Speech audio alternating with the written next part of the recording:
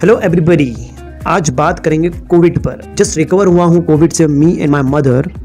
सी, disclaimer देना चाहता हूँ, कोई भी मेडिकल रिलेटेड चीज़ें मैं बात नहीं करूँगा कोविड से रिलेटेड, ऑलराइट, बिकॉज मैं एक्सपर्ट नहीं हूँ, मैं मेडिकल इंडस्ट्री में नहीं हूँ, I am not a doctor. मैं बात करूँगा सिर्फ अपना पर्सनल एक्सपीरियंस, जो क्वारंटाइन एक्सपीरियंस रहा है। थोड़ा सा मैंने बहुत सारे आर्टिकल्स पढ़े हैं कोविड से रिलेटेड क्वारंटाइन टाइम में। कुछ बड़े डॉक्टर्स के यूट्यूब चैनल्स को भी फॉलो किया है, उनमें से उससे भी मुझे काफ़ी कुछ जो लर्निंग्स मिली हैं, और खुद का जो पर्सनल एक्सपीरियंस रहा है मेरा और मेरी मदर का कोविड के टाइम का, वो सब मैं डिस्कस करने वाला हूँ, जिससे कहीं ना कहीं आपको हेल्प मिलेगी, you know. So now point is, first day आपको जब फीवर आता है तो आप पैरासीटामोल लेते हैं। Okay, it's okay, nothing wrong in it. आपको फिर से फीवर आता है, आप एक दो बार और पैरासीटामोल ले लेते हैं अपने बॉडी को टेम्परेचर को नॉर्मल करने के लिए, ऑलराइट।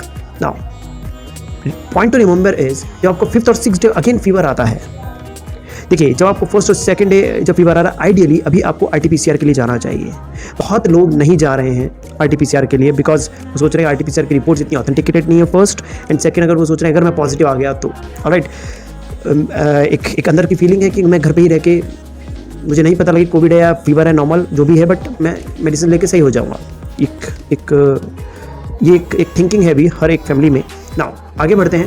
5th और 6th डे जब आपको फीवर आ रहा है, तब आप सोच रहे हैं कि RT-PCR करा लेते हैं। सी, दिस इज़ अलार्मिंग। नाउ जब आप 5th डे भी आप एक बार और पैरासीटामोल खाते हैं और फिर से आपको आता है, फिर आप थोड़ा सा वरी साइड जाते हैं, और उसके बाद आप 6th डे और 7th डे आप जाते हैं RT-PCR टेस्ट के लिए। सी, RT-PCR टेस्ट में अगर आपकी रिपोर्ट नेगेटिव आ रही है, सी पॉजिटिव आ रही है मीन्स आप पॉजिटिव हो, और अगर आपकी रिपोर्ट नेगेटिव आ रही है, दैट डज नॉट मीन्स कि आप नेगेटिव हो, alright. So but problem is, अगर हम पॉजिटिव आ रहे हैं तो हम थोड़ा केयर कर रहे हैं, बट अगर हम नेगेटिव आ रहे हैं तो हम सोच रहे हैं हमारे तो कोविड है ही नहीं, ऑलराइट। बट बहुत सारे ऐसे केसेस में कोविड में RT-PCR की टेस्ट में आइडेंटिफाई नहीं हो रहा है, ऑलराइट। नाउ प्रॉब्लम इज कि जब आप पॉजिटिव आ रहे हैं तो आप डॉक्टर से ट्रीटमेंट ले रहे हैं, आप डिस्कशन कर रहे हैं, पर आप नेगेटिव आ रहे हैं तो आप नॉर्मल पैरासीटामोल लेके काम चला रहे हैं। नाउ 8th 9th डे आपको लगता है कि यार कुछ प्रॉब्लम है बॉडी में, एंड नाउ मुझे डॉक्टर से डिस्कस भी करना चाहिए। डॉक्टर से डिस्कस करते हैं, नेगेटिव रिपोर्ट है, स्टिल आप जब बात करते हैं और वो कहते हैं कि ब्लड टेस्ट करा लीजिए, और CT स्कैन भी रिकमेंड कर देते हैं कई बार। नाउ दो चीज़ें होती हैं, जब आपकी बॉडी में बहुत ज़्यादा सिम्टम्स नहीं है, आपकी बॉडी में कोई मेजर चैलेंजेस नहीं है, तो आप ऐसा सोचते हैं कि यार ब्लड टेस्ट 5000 के अराउंड हैं, वो जो भी 5-7 तरह के टेस्ट हैं, और जो सेकंड आपका HRCT स्कैन है, CT स्कैन है, वो भी 2000 के अराउंड है। सो आप सोचते हैं 7 to 8,000, यार डॉक्टर्स इसलिए बता रहे हैं क्योंकि उनका कमीशंस हैं और ये सब है, तो आपका माइंड थोड़ा आप डायलेमा में होते हैं कि आपको कराना चाहिए या नहीं। आप इस सोच में होते हैं क्योंकि आपके पास सिम्टम्स नहीं है। अगर आपके पास सिम्टम्स होते, आपकी बॉडी में बहुत प्रॉब्लम्स होती, तो आप और आपकी फैमिली इमीडिएटली एक्शन लेती, बट आपकी बॉडी कुछ नहीं कह रही है, तो आप सोचते हैं ठीक है, सोचने में आपने 1-2 दिन और टाइम वेस्ट कर दिया है। सी, RT-PCR टेस्ट की रिपोर्ट ऑलरेडी 24 to 48 आवर्स में आ रही हैं, ऑलराइट। फिर सेकंड, आप जब ब्लड टेस्ट अभी अगर आप कराने जा रहे हैं, अगर आप HRCT कराने जा रहे हैं, तो उसकी रिपोर्ट्स भी थोड़ा डिले हो रही है, ऑलराइट। सो 1 से 2 दिन में उसकी रिपोर्ट आती है, और जब आपको उसकी रिपोर्ट आती है, तब तक 10th 11th और 12th डे तक आप पहुंच चुके होते हैं। सी, कोविड का साइकिल, मैं मेडिकल में नहीं हूँ, इसलिए मैं नहीं बोलना चाहता ये सब चीज़ों पे, बट यस, अगर आप थोड़ा सा लेट हो जाते हैं, टाइमिंग मैटर्स अ लॉट, और जब आप की रिपोर्ट आती है HRCT की, तो वहाँ पे आपको पता लगता है कि मेरे पास सिम्टम्स नहीं थे, स्टिल आपको निमोनिया हो चुका है, आपको थोड़ा सा लंग्स इन्फेक्शन है, इट माइट पॉसिबल कि आपको ज़्यादा है या थोड़ा कम है।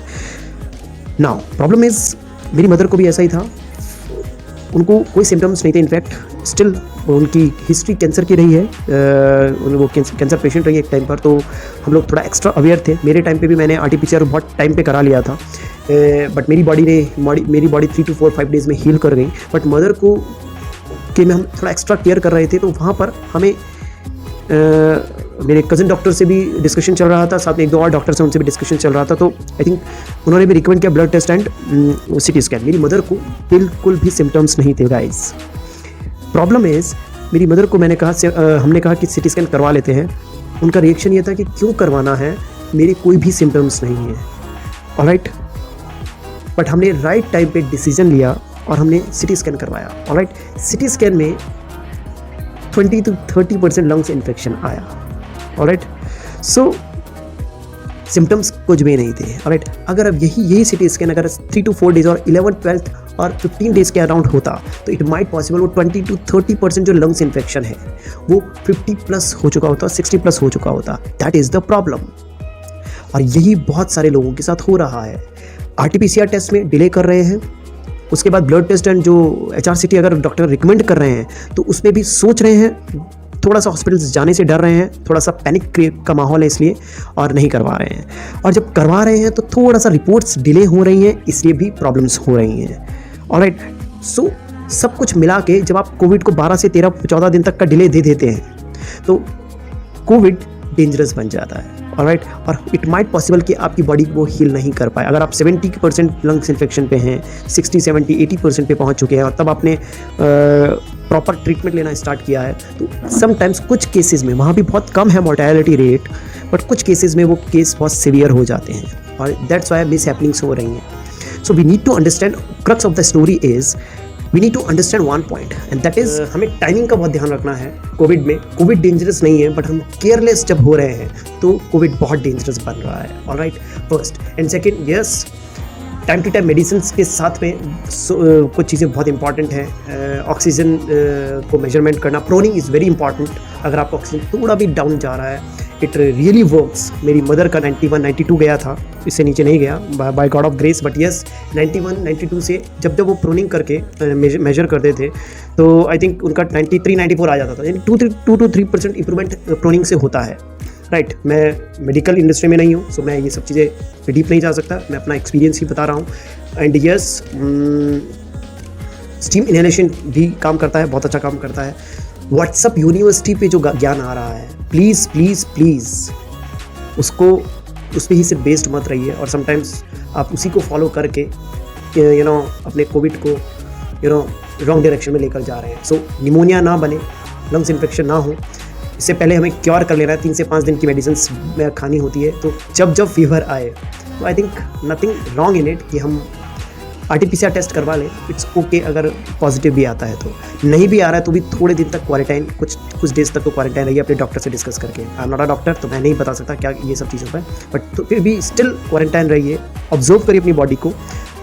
कहीं ना कहीं कुछ ना कुछ हल्का सा भी सिम्टम्स हैं, समथिंग गोइंग रॉन्ग, ये सोचकर एक्शन लीजिए। इस वीडियो को हर एक शख्स को इसलिए फॉरवर्ड करिए।